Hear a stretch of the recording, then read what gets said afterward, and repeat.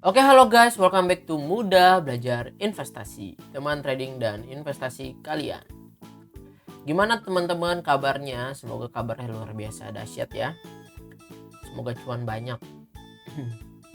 Jadi udah lama nih gue gak update video lagi ya. 1 bulan yang lalu kurang lebih, di bulan April akhir gitu, kita bahas tentang Bank BRI ya. Kita bahas tentang Bank BRI. Ya, di akhir April nih kalau nggak salah di sini. Jadi apa yang terjadi di Bank BRI ya nanti kita akan bahasnya, tapi sebelumnya gue mau bahas tentang IHSG. Ya, IHSG ini kalau teman-teman lihat ini dia turunnya parah ya, turunnya parah dari top dia yang di sini ya. Sini tuh 8,9%. Ini gue tariknya dari top ini, nggak dari all time high ya. Kalau dari all time high dari sini kan 9,9% ya, dari 10%. Jadi tapi kabar menariknya adalah di tanggal 20 Juni IHSG rebound kencang sampai sekarang. Ya. Cuman nih sayang ya, reboundnya dia tuh volumenya nggak terlalu gede. Lihat dah tipis ya. Di tanggal 20 Juni ini tipis ya. Di sini lumayan nih 21 Juni bagus, tapi ada shadow ya, jadi begini terus tipis. Ya, padahal kalau dari MACD ini udah bagus ya. IHSG bakalan reversal ya. Nah, tapi teman-teman lihat ya, yang menarik adalah di sini. Kalau kalian lihat nih IHSG itu dia bikin ya, itu ada resist yang harus dia lewatin nih. Oke, ini adalah resist yang harus dia lewatin. Apakah lewat langsung breakout ya? Sebetulnya sih kalau harapan gua ya jangan dulu ya. Jadi ini tuh udah naiknya kencang begini. Kemungkinan besar IHSG bakal koreksi nih dalam 1 minggu ke depan ya. Jadi ini di tanggal 5 Juli ini gua record malam ya, 5 Juli. Kemungkinan besar IHSG bakalan koreksi dulu ya. Gimana? Kenapa sih kok lu maunya koreksi dulu? Ya karena ini dia udah naik kencang begini. Kalau naik kencang begini harusnya umumnya koreksi dulu. Koreksinya sampai mana? Mungkin sampai MA 200 di 7093, atau kita pakai Fibonacci deh biar kita tahu koreksi dia yang wajar tuh di berapa ya. Nah, koreksi sampai 7056 aja masih sangat wajar untuk IHSG ya. Jadi kemungkinan besar minggu depan IHSG belum breakout dulu ya. Kenapa sih kok lu nggak mau langsung breakout dulu? Karena kalau misalkan dia langsung breakout dulu, kemungkinan besar false breakout. Karena dia udah ngegas kenceng untuk menaikin ini pergerakan ini tuh butuh uang yang besar juga, pasti ada aksi profit taking, ada dan lain-lain sampai koreksi dulu. So menurut gua teman-teman jangan jor-joran, jangan FOMO ya. Wah ini IHSG udah recovery nih ya, langsung gue beli banyak saham. Saham apa dulu pertama, lalu jangan all in ya. Jadi kemungkinan besar dia akan koreksi dulu. Kalau dia koreksi dulu kan mantep, jadinya inverted head and shoulders ya kan.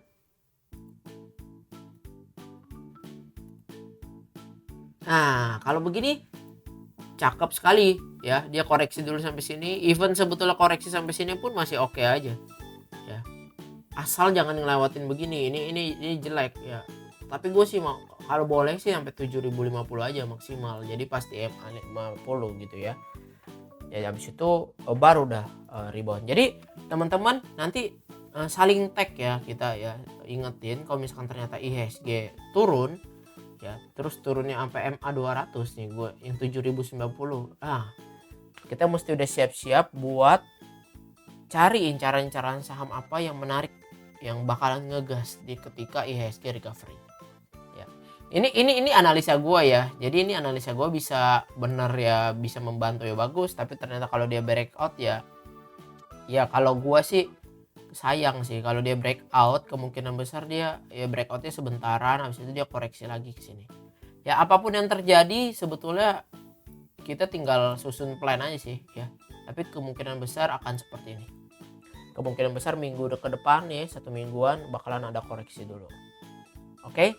Nah, ini untuk view IHSG. Nah, gue mau masuk ke saham-saham yang menurut gue menarik buat kita incar ya. Yang pertama itu sahamnya PAPP ya. Sahamnya PAPP ini menarik. Walaupun kalau misalnya kita ngomongin fundamental dan lain-lain mungkin ya sebagai aliran yang value investing nggak masuk. Tapi buat aliran trading ini ya, ini ada momentumnya menurut gue bagus ya. Pertama TPIA.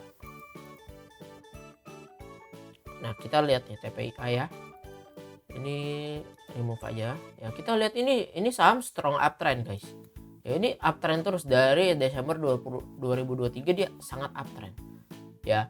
Jadi kenapa kok lu menarik sih saham yang kayak gini? Ya, selagi uptrend menarik ya. Selagi uptrend ya menarik. Ya, ini buat trend follower nih cakep banget nih saham-saham yang kayak begini.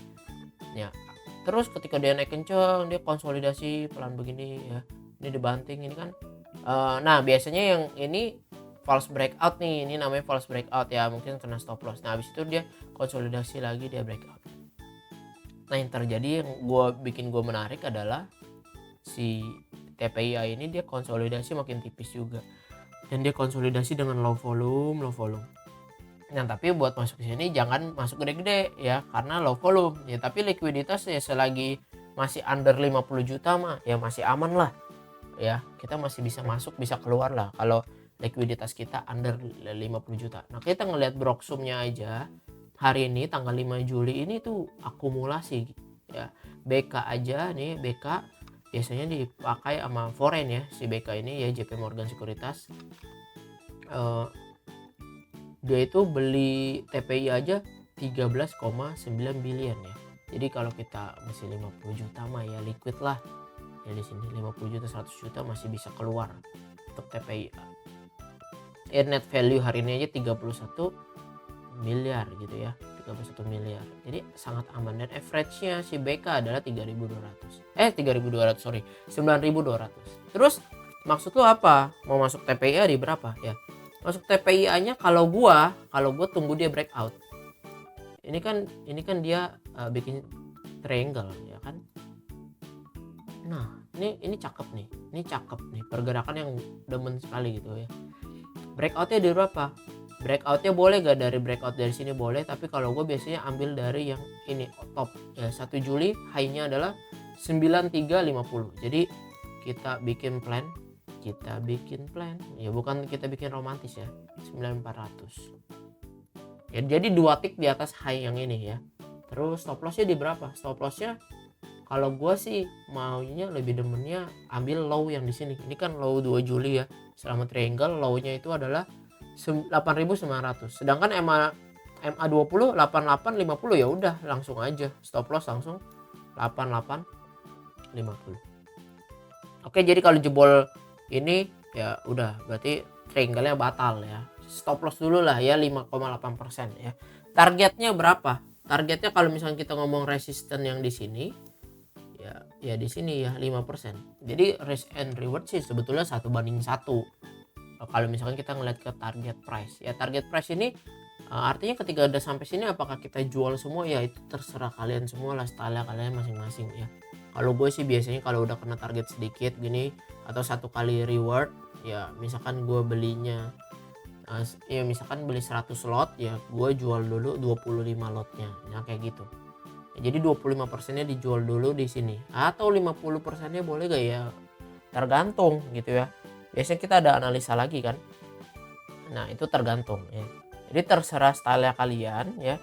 Mau beli breakout dari sini boleh gak nih dari triangle-nya aja 9.300 beli ya, terserah ya. Tapi makanya sistem trading kalian kayak gimana. Kalau gua sih ini breakout 9.400 oke, dengan target sini. Sebetulnya kalau kita aliran trend follower yang lihat-lihat saham kayak gini nggak usah pasang take profit. Yang penting waktu kena udah target price kita nyalain trailing stop aja ya. Ketika dia balik turun ya baru jual gitu ya. Tapi kalau misalkan take profit kan langsung jual begitu juga ya. Kalau gue sih yang tadi gue bilang bisa jadi gue jual 50% dulu atau 25% dulu ya, sisanya let profit run ya. Tapi yang paling pertama adalah amankan supaya enggak loss sama sekali. Sebetulnya plan yang kemungkinan besar low risk banget lah ya ketika market masih kayak bakal koreksi. Jadi Misalkan kita beli nih ya 10 lot kan harga 9.400 kali 100 lembar kali 10 berarti 9.400.000 ya. Ini 10 lot. Oke. 9.400.000 modal kita. Ketika udah 5% kita ya 5%, floatingnya 5%. Nah, cuan di tangan kalau kita jual itu untung 470.000. Oke. 470.000. Nah, tapi kita jangan jual semua ya. Jadi ini misalkan kita jualnya 50%. Ini kan tinggal dibagi 2. 235.000 ya. Jadi kalau kita jual ya, sell 50%. Ya, artinya 5 lot kita jual. Untung 235.000 ya di tangan nih. Udah di tangan nih, udah dikantongin dah. Nah, berarti kan yang floating sisa tinggal 5 lot, ya kan, tinggal 5 lot lagi. Nah, terus apa yang dilakuin ketika tinggal 5 lot lagi? Tinggal tungguin aja dia mau ngapain tuh 5 lotnya lagi. Oke. Nah, terus apa yang dilakukan? Kita update automatic order kita, stop lossnya naikin lama-lama. Misalkan awalnya udah di sini, ketika berjalan berapa hari kita hitung 3 candle paling bawah 1 2 3, ini paling low adalah 9.000, berarti kita naikin lama-lama stop lossnya jadi ke 9.000, 4% ya. Oke, tinggal 5 lot nih, tinggal 5 lot berarti berapa duit sih? 5 lot 9400 kali 5 100. Tinggal 4.700.000. Kalau kena stop loss pun ya 4,26% dikali 4,5%, 211.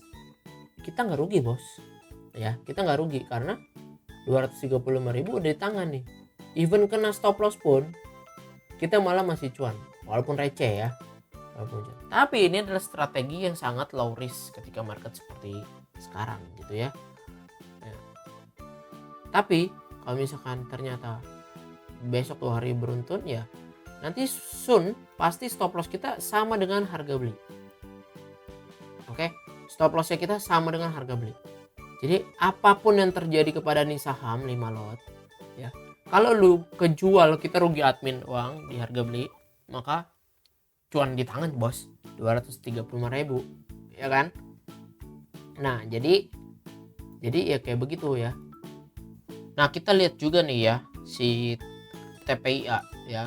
Kita lihat foreign ini akumulasi tuh ya. Jadi si foreign ini terus akumulasi, kemarin ada distribusi tanggal 2 sama tanggal 1, tapi dikit dia terus akumulasi. Nah, jadi pergerakan tipis-tipis TPIA ini peluang buat kita mengkoreksi karena foreign untuk TPIA. Ini salah satu strategi. Nah, silakan kalian pakai strategi, terserah kalian ya. Masing-masing punya sistem trading masing-masing. Ya, jadi ini yang saya lakukan. Ya, kalau misalkan udah mencapai target price. Oke. Jadi target price-nya adalah di area 5% ya. Ketika dia breakout 9.400. Nah, ini untuk TPIA nih teman-teman. Ya, satu lagi saham PAPP itu si AMMN. Yang menurut gue menarik, sama menariknya. Jadi ini hapus juga dulu ya. Dia uptrend, strong uptrend luar biasa. Ketika dia naik terus dia koreksi. Sebetulnya nih dia koreksi begini, wajar apa nggak wajar sih? Kalau kita pakai Fibonacci ya, kita lihat masih wajar loh. Dia golden ratio 50, dia turun terus dia rebound, ini menarik. Nah, yang lebih menariknya lagi adalah ketika dia udah naik berapa ratus persen ya, kita lihat ya, 155%, dia turun kan ke Fibo 50, 31%. Ini adalah sangat wajar guys. Terus dia naik lagi kan 11%. Terus apa yang dilakukan setelah dia naik 11%? Dia konsolidasi gerak tipis begini, bedah. Ini buat yang aliran breakout ini cakep banget ya, ini cakep banget, ini tuh cakep banget, semakin tipis semakin cakep ya. Tapi ngomong-ngomong cakep, tetap kita mesti ada stop loss. Orang gila aja yang trading nggak pakai stop loss, berbahaya. Oke? Nah, ini cakep nih ya, begini ya. Kita tunggu breakout. Breakoutnya di berapa? Ya kalau gue sih ngeliatnya dari sini ya. High-nya adalah 11.750. Jadi gue maunya breakout 11.800. Gue nggak mau kalau misalnya cuma sampai sini, gue kayaknya maunya sampai sini nih. Di 12.100 ya silakan. Masing-masing pribadi beda ya. Masing-masing pribadi setupnya beda ya. Kalau gue tapi 11.800. Oke, dengan stop lossnya berapa? Stop lossnya terserah kalian juga. Tapi kalau gue trade cepet begini dari low-nya di sini itu 11.375, berarti gue 11.350. Oke, 3,8%. 11 ini deh, 11.300. Lalu mepet. Nah, 4%. Oke. Target price, ngomongin target price. Ya, kalau ini kan lebih lebar nih dari si TPIA. Ya. Mungkin di area sini 12.900 atau mungkin di 12 ini ada resist juga nih. Nih, itu ada resist juga tuh. Ya, ini kan tuh resist nih. Tuh. Ini support, resist berkali-kali. Nah, ini juga 5,8%. Ya, risk and reward kurang lebih 1,12 lah ya. 1,11. Jadi ya seperti tadi ya. Kalau kita ngomongin MACD-nya kelihatan mau reversal tuh, MACD-nya udah semakin tipis ya.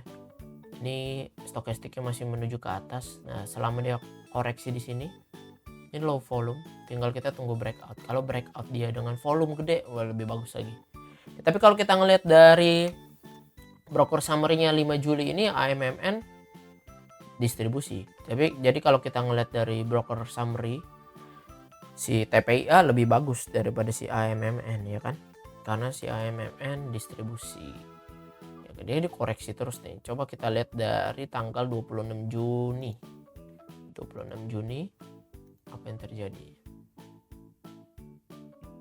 Small distribusi, tapi teman-teman lihat BKZP ini beli lumayan. SQ jualan ya, BKZP beli di average-nya 11.400. Kita lihat juga AMMN ya, foreign nih akumulasi gede loh ya. 21 Juni dia beli 372